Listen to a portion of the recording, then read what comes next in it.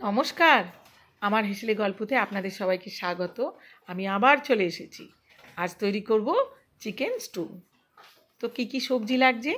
পেঁপে, আলু, গাজর, ক্যাপসিকাম আর বড় করে কেটে রাখা পেঁয়াজ আর কতকগুলো ধনেপাতার গোড়া আমার কাছে ছিল, সেগুলো আমি এই স্যুপের ভেতরে দিয়ে দেবো।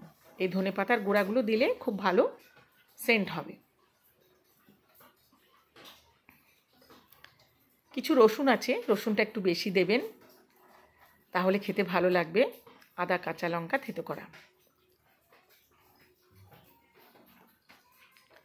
এবারে অল্প তেল দিয়েছি আর অল্প বাটার, গোলমরিচ ফোড়ন দেবো। রসুনগুলো এবারে থেতো করে নেব। থেতো করা রসুন, বাটার আর গোলমরিচের গন্ধ এই চিকেন স্টুতে দারুণ লাগে। করে খেয়ে দেখবেন একবার। অনেকেই খেয়েছেন, আবার অনেকে হয়তো খাননি। খেয়ে দেখবেন একবার, দারুণ খেতে হয়। কোনো কিছুই বেশি ভাজা হবে না, সবই হালকা ভাজা হবে। হালকা নেড়ে নেব, সবই পরপর দেব, হালকা নেড়ে নেব। আর সবজিগুলো বলুন, চিকেন বলুন, সবই কিন্তু আমি পরপর দেব। এবারে দিচ্ছি পেঁয়াজ। পেঁয়াজটাও এক দুবার নেড়ে নেব।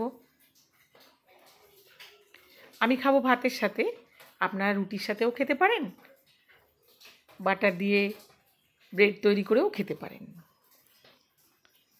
এবারে আমি সবজিগুলো দিয়ে দিলাম। পেঁপে, আলু, গাজরটা আগে দেব, দিয়ে হালকা নেড়ে ছেড়ে তারপরে আবার অন্য সবজিগুলো দেব।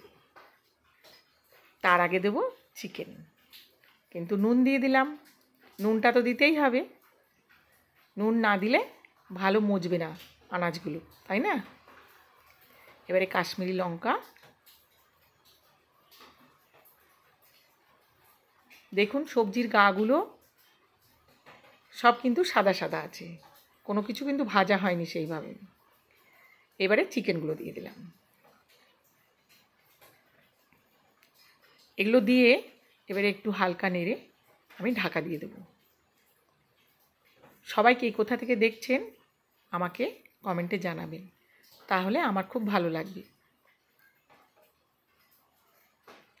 এই ভিডিও যদি ভালো লাগে, লাইক অ্যান্ড সাবস্ক্রাইব করে দেবেন, আমার পাশে থাকবেন আর কমেন্ট করে দেবেন।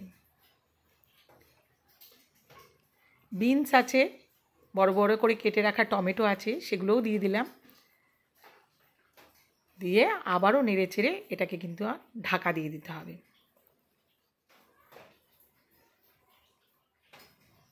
খুব সোজা রান্না, একবার করে খাবেন, দারুণ লাগে খেতে।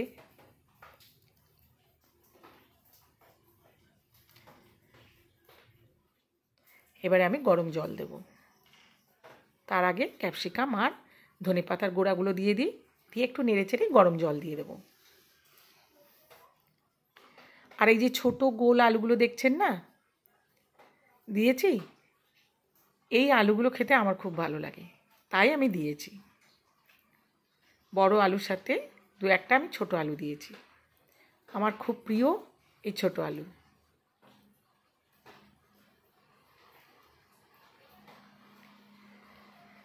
এবারে দিয়ে দেবো গরম জল।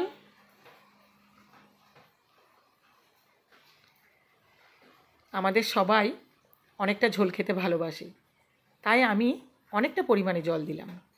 আপনাদের যেরকম লাগবে সেই পরিমাণে জল দেবেন। অল্প একটু চিনি দিয়েছি। আপনাদের যদি মনে হয় না চিনি দেবো না, দেওয়ার দরকার নেই। চিনি দিতেই হবে এমন কোনো কথা নেই। দেখি সব সবজিগুলো সেদ্ধ হয়েছে নাকি। দেখতে দিচ্ছে না, দেখুন আলুটা পালিয়ে যাচ্ছে। হ্যাঁ, পেঁপেটা সেদ্ধ হয়েছে। আলুটা একবার দেখি। হ্যাঁ, সেদ্ধ হয়ে গেছে। এবারে আমি দেব একটু কর্নফ্লাওয়ার। জলে 1.5 চামচ মতো আমি কর্নফ্লাওয়ারটা গুলে নিয়েছি, নিয়ে দিয়ে দেব। আপনাদের যেরকম প্রয়োজন সেরকম দেবেন।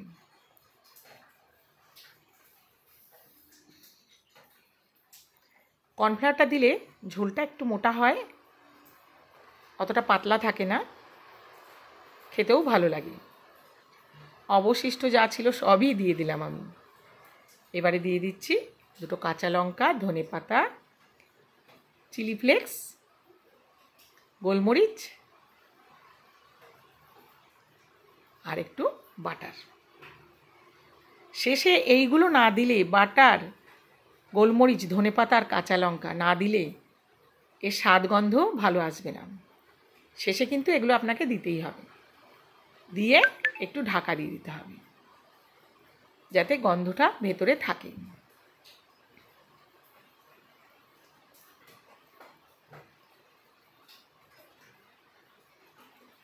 একদম শেষে আমি দিচ্ছি ড্রাই রোস্ট গার্লিক। এটা যদি আপনাদের না থাকে দেবার দরকার নেই। তার আগে যা যা দিয়েছি তাতেই খুব সুন্দর হবে খেতে। এবারে আমি সার্ভ করে দিলাম। দেখুন কি সুন্দর হয়েছে, যেমন দেখতে সুন্দর তেমনি খেতেও সুন্দর হয়েছে। আপনারা একবার করে খাবেন আর আমাকে জানাবেন। দেখি একটু খেয়ে, দারুণ টেস্টি হয়েছে। আপনারাও খাবেন। খুব ভালো থাকবেন, সুস্থ থাকবেন। Tata, bye bye.